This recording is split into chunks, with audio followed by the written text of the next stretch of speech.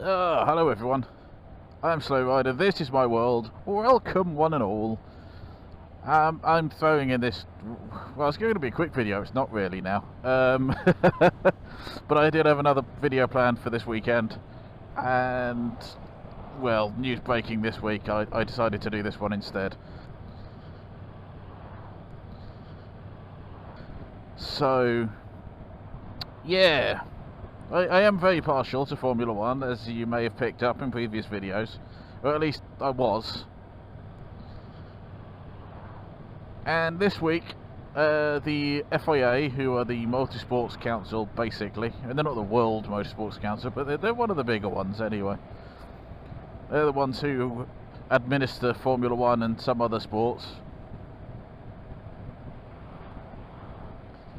They came out with a statement in regard to the Abu Dhabi Grand Prix at the end of last year, 2021. And I must admit, I wasn't really expecting them to release one, so that's why this video's kind of last minute, really. So no extra cameras. And yeah, so this video is basically, I was going to do a video on how the Formula One, how I feel about Formula One might change my plans for the year ahead in regards to going to races. Well, yeah. So I'm guessing this is now that video. And yeah, the statement they made, I guess some people were expecting it because they're expected to do this investigation into what happened and look at it and how they can change for the future, and they're not going to change the result of last season. That's never going to happen at this point. Just to accept that they've crowned Max Verstappen as world champion for the Formula One season.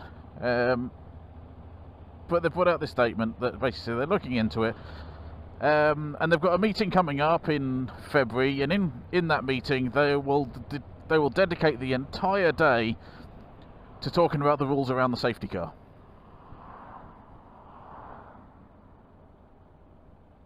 Now, if they had been paying any attention to the fan backlash, not necessarily Mercedes arguments, you know, I don't necessarily think that they can do that in isolation, but if they'd looked at the fan backlash for this, they would have seen that it's not the rules of the safety car that are under debate. That's not what people are annoyed at. It's not even what Mercedes are annoyed at. The rules were there. The big issue is that the rules weren't followed. And I know some people are going to say, oh, you're a Lewis Hamilton fanboy and blah, blah, blah. But yeah, he's a good racer. But genuinely, if the rules had been followed and Max had won that race, there wouldn't be an argument. There wouldn't be a case of, oh, this was rigged in their favour, this was rigged in their favour. It'd be like, no, do you know what? He won the race. Fair enough. Fair and square. Brilliant. Well done, him. Those are the rules. That's what all the teams and the drivers agree to when the season starts. They've obeyed those rules. Brilliant. There are people who say, oh, Mercedes got their strategy wrong in that last race and that's why they lost it. And, well, strategy calls are based on the rules and what they think is going to happen. What they think is going to happen is always open to debate, and sometimes they get it wrong. The rules should be standard. They should be, this is what's going to happen. Sometimes there might be, oh, well, this could happen or that could happen, this is more likely or that's more likely, but by and large the rules say this is going to happen, so that's going to happen. But what the rules said is not what happened. Now, I've looked at the rules because I wanted to understand it better. You know, people saying, oh, the rules say this, the rules say that. I'm like, no, okay, so I went out and I looked at the rules, and yeah, they don't say half what people seem to think they say. You know, the people who are defending the FIA, the people who are saying that Max is the legitimate world champion. Sorry.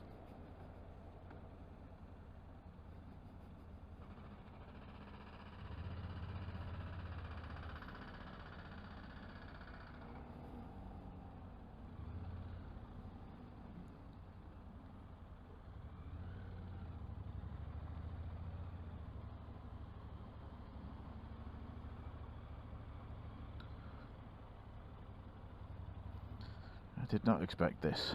Okay. I'm not going straight home today, I'm actually going shopping. So, yeah, I've got to put up with this, apparently.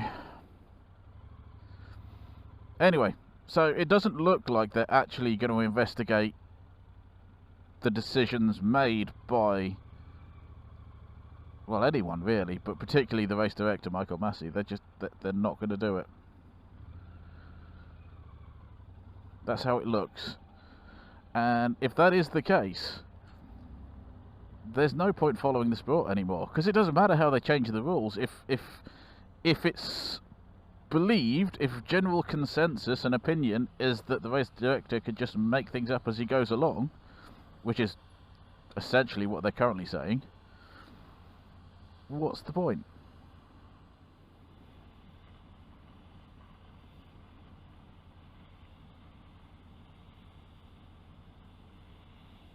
Why is no one there catching the sparks?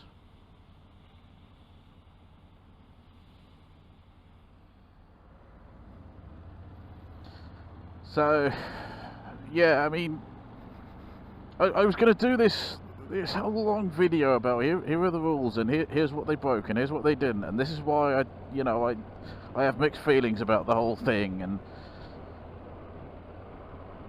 and this statement that came out, it basically just makes me think, what's the point? It's a cat and mouse game now. And the racing hasn't even started, or, you know, some might say it's not finished, but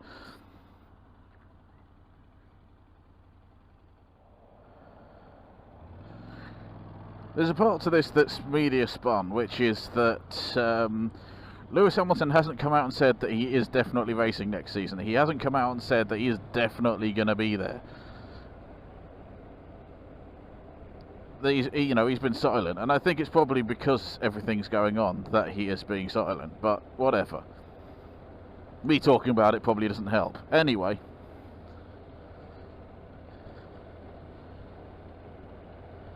this, I think, has led to the FIA basically trying to call a bluff that may not even be being played. You have a little bit of Mercedes, yeah, because they're being asked, they're basically saying, well, we don't know what he's doing because he hasn't told us.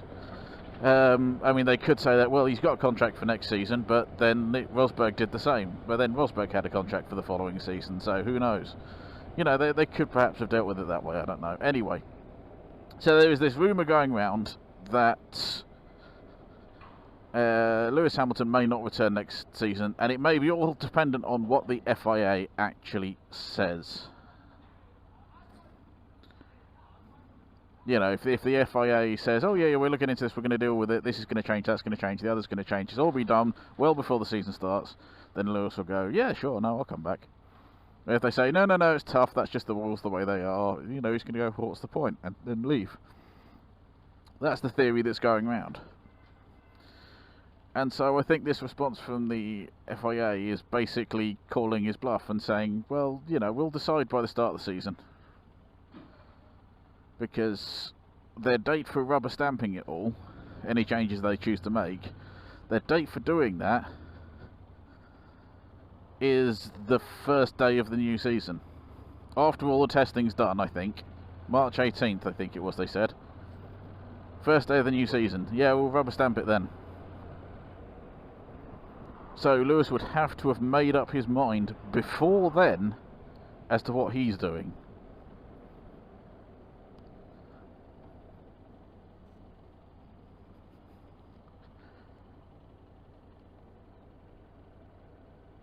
So they're essentially trying to force his hand, like they did, actually, now I think about it, they basically did the same with Ayrton Senna back in 1990. I think Ayrton Senna basically said that there was a load of bias in the system, which prevented him winning the world title in 1989. And they said, you'll apologise or you won't race. And he said, well, I'm not apologising. And he said, well, you know, you're not going to race then. And eventually Senna, he didn't back down as such, he didn't apologise, he just said, if I remember rightly, he said he doesn't have any evidence. And they said, oh, go on then, you can race. Yeah.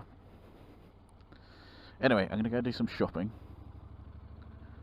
And then I'll be back to rant and such.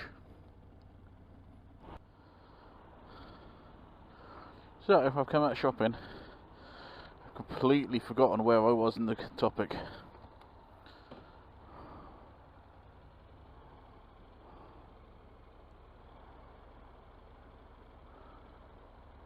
Where are you going?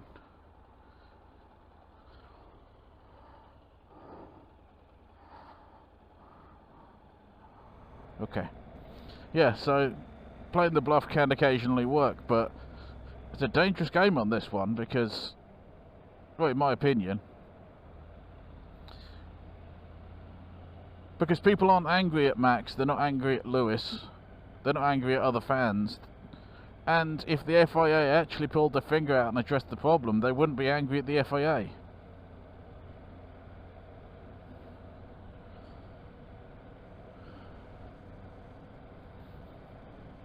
It leaves me somewhat, I mean, I know people saying, oh, you know, Lewis Hamilton is disillusioned with the sport, and he's not the only one, to be honest. I fully understand where he is, because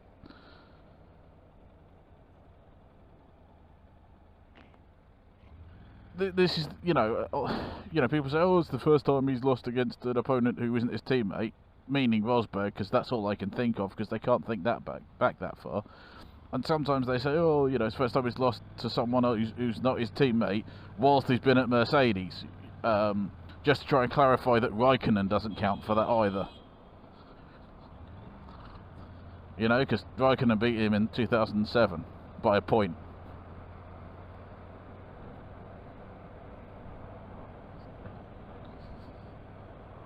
There are people who say he's only fast because his car's fast. I have two things to say about that. One, where was Valtteri Bottas this season? If the car was fast, why was he nowhere to be seen in most of the races? Granted, he probably didn't want to race for Mercedes anymore, or, you know, maybe he knew his time was up and he didn't need to try, but you would think that he would try for any potential future moves, that he might actually show that even when he's leaving a team, he's still got a soul. I didn't mean it quite like that. But you know what I mean. And, you know, the second thing that I would point at is that in all of his time in Formula 1, which is what, 14, 15 seasons now, he has failed to beat his teammate through the season on 3 occasions. Granted, he's only raced for 2 teams, but those 3 occasions were in his first season, where he was level on points with Alonso. And then it was, I think, 2011, 2012, where Jenson Button beat him on points. They were nowhere near the title. But yeah, Jenson beat him on that occasion. And then in 2016, when Rosberg got a fair chunk of luck. Not that he didn't deserve it. He was a quick racer as well. Why is this line so bloody long?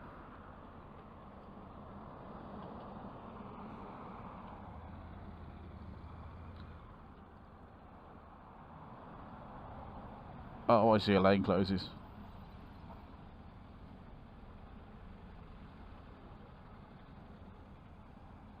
That's what the problem is.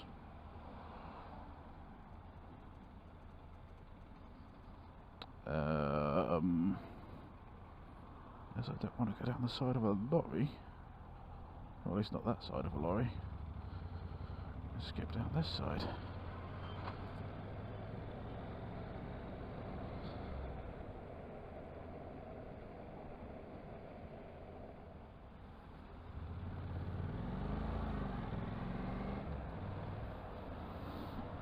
So I'm kind of in the same position as Lewis in a way, although obviously he's put his heart and soul into Formula 1. I was losing interest in it a lot coming into last season. And then the season itself was epic. Yes, there was controversy. Yes, there were decisions that were stupid, to say the least. Equally, it's the most competitive season I think we've had since 2016. the most competitive. Not to say that there weren't some that were competitive, but you know, it's yeah. I forget whether no, because Rosberg retired after he won. So yeah, the season I'm thinking of was before 2016. So yeah, and that kind of pulled me back in. It's like, yeah, no, I can be invested in this again. It's actually interesting. And then Abu Dhabi happened.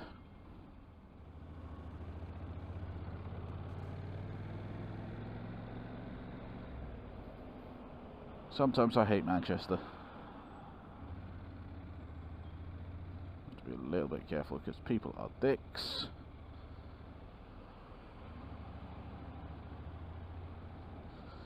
I'm going to go this way.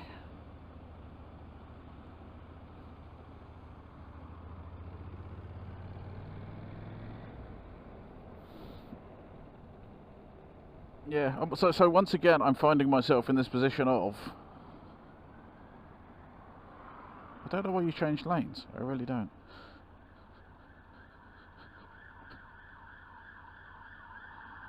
I'm finding myself back in the position of I'm not really interested.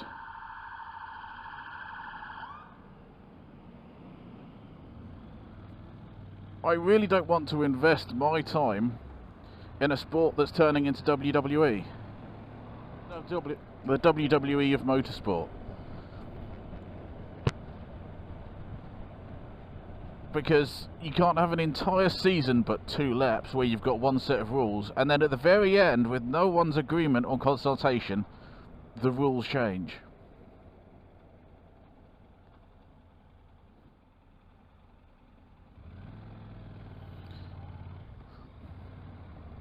I've been doing this video, putting it together for this sort of discussion where I can talk about what was going on the basis of talking about this rule and that rule and how this rule's been taken out of context and how that rule's been ripped apart in order to make this fit and so on and so forth, and it's very much just pointless now. Utterly pointless. There were some people who were making comments about this who had some reasonable takes on it. I don't agree with all. In fact, if I was to say, you know, that I agreed with them, it wouldn't be 100%. You know, every single one of them has something wrong with their logic. But the point is that everyone's had their takes and they discussed it, and you can find these things all over the internet, and so mine would just be another one that goes to that, and I don't see the point now in making it.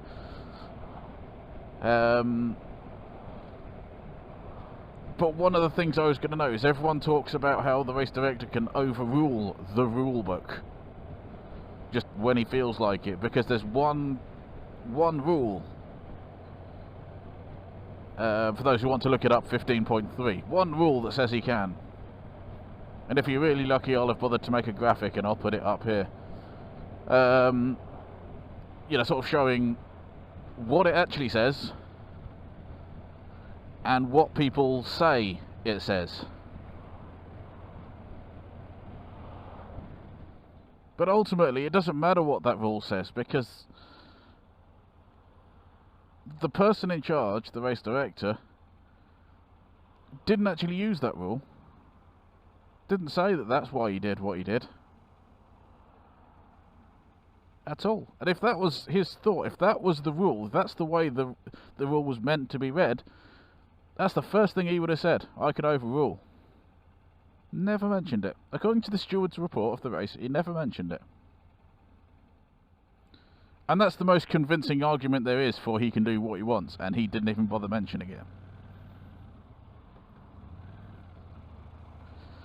Anyway, as I say, I could wind myself up about this all day, I really could.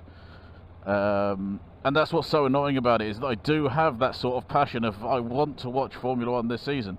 I want to see George Russell at the front fighting with Hamilton in the same car, fighting with Verstappen, Leclerc, Sainz, Lando Norris, and even Ricciardo. I want to see that, because I think that it's tantalising. The potential for the season ahead is amazing.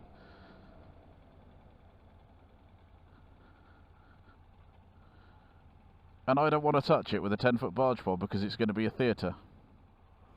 because none of the rules mean anything. There's no point in investing in it, because at the last minute someone could just change a rule and bang, the whole season is upside down.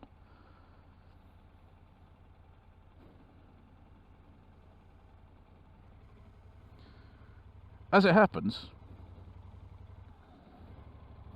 one of the things I was going to do is go to Silverstone. This was before this whole thing kicked off. I was going to go to Silverstone. That was going to be one of the things I do. I've done it for the last, well, 5 of the last 6 years, because obviously 2020 we couldn't go.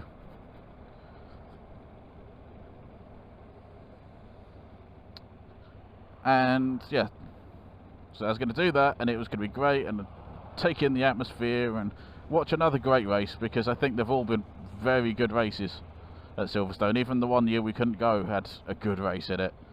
You know, it's... but as it turns out, allegedly, before Christmas, they sold out of tickets. Weekend tickets and Sunday tickets in general admission, gone. I can only presume they're at a lower capacity this year. I was about to say next year. This year. I can only presume they're at a lower capacity, because I've never known them to sell out that early. Maybe the anticipation of George Russell being in Mercedes and actually having a chance of winning, maybe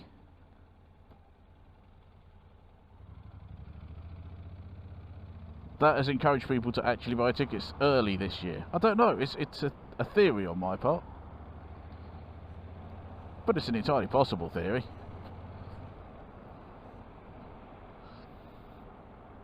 Which then just leaves me the Italian Grand Prix. Do I want to go out to Italy to watch the Grand Prix? I might go out to Italy. Nothing's stopping me doing that, I suppose. Pop down to Pescara. Could stop off at Monza, but it's going to be expensive. But I could go and do that first, and then pot around Europe for a while.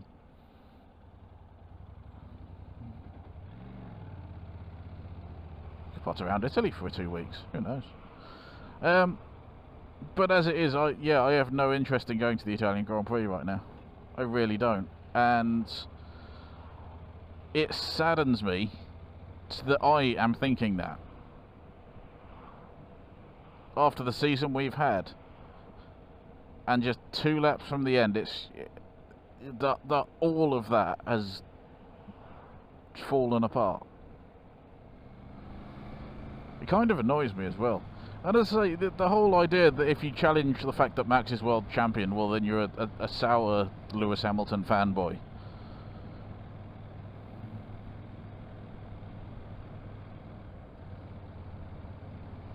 Say all the Max Verstappen fans who realise they wouldn't have won the title if the rules hadn't been wrong. Do you know what I mean? I do sound really bitter now, don't I?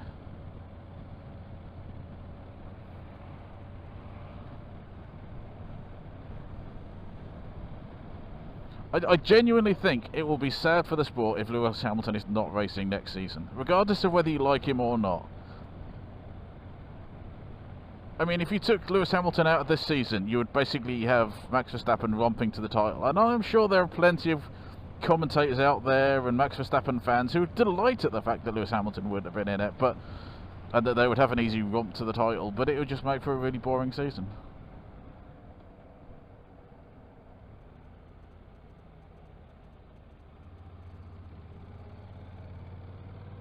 You know, the whole season would be Monaco.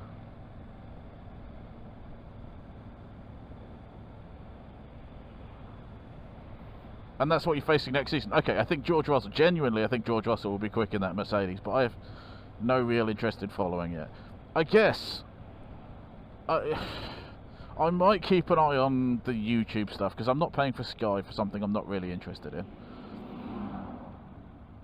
I've been watching stuff on Channel 4 highlights, and that's been sort of meaning that I have to put away social media for basically an entire day, just so that I can watch it without knowing the result, which I hate doing. And I'm just thinking now, maybe for the first few races, maybe this is an option. For the first few races, maybe I just watch the YouTube highlights on the F1 channel.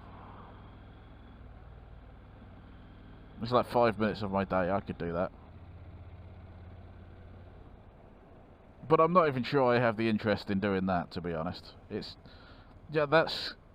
From sort of being really looking forward to next season to... Basically, I'm not sure I can be bothered to even watch 5 minutes highlights. Do you know what I mean? It's... it's quite a swing, and it's all because of that. What's the point of investing time in something that can just be changed for no apparent reason at no notice? Anyway, you're probably bored of this video already now. If you have made it this far, well done. I can't believe you have. I'm going to leave it there because I could go on all bloody day about this. I really could, but for someone who's not interested. I suspect there are some Doctor Who fans that know what I'm feeling at the minute. But anyway, no more viewing resumed next week.